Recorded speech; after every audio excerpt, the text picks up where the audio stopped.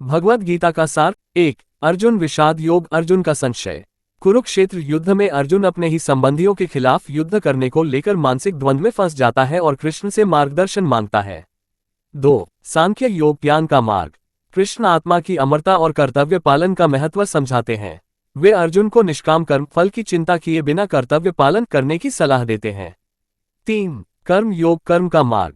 कृष्ण समझाते हैं कि व्यक्ति को निस्वार्थ भाव से कर्म करना चाहिए, क्योंकि निष्काम कर्म से ही मोक्ष संभव है।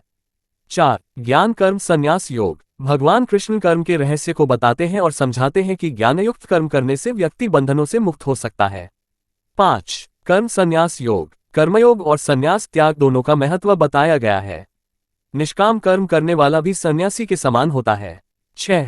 ध्यान योग साधना का मार्ग। कृष्ण ध्यान मेडिटेशन की महिमा बताते हैं और कहते हैं कि मन को नियंत्रित कर एकाग्रता से परमात्मा की आराधना करनी चाहिए। 7। ज्ञान विज्ञान योग। कृष्ण ब्रह्मांड के रहस्यों, भक्ति और आत्मज्ञान के महत्व को समझाते हैं।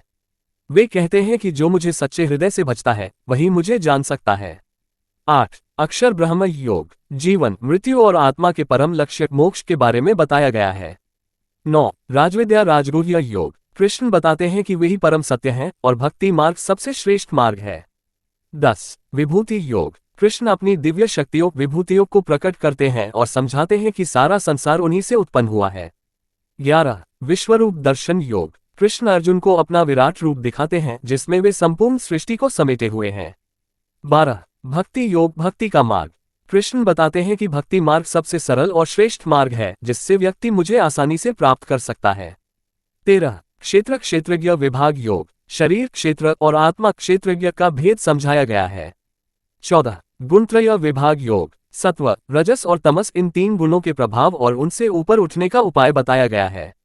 15। पुरुषोत्तम योग। कृष्ण आत्मा, परमात्मा और संसार के रिश्ते को समझाते हैं और बताते हैं कि वे स्वयं पुरुषोत्तम श्रेष्ठतम पुरुष हैं।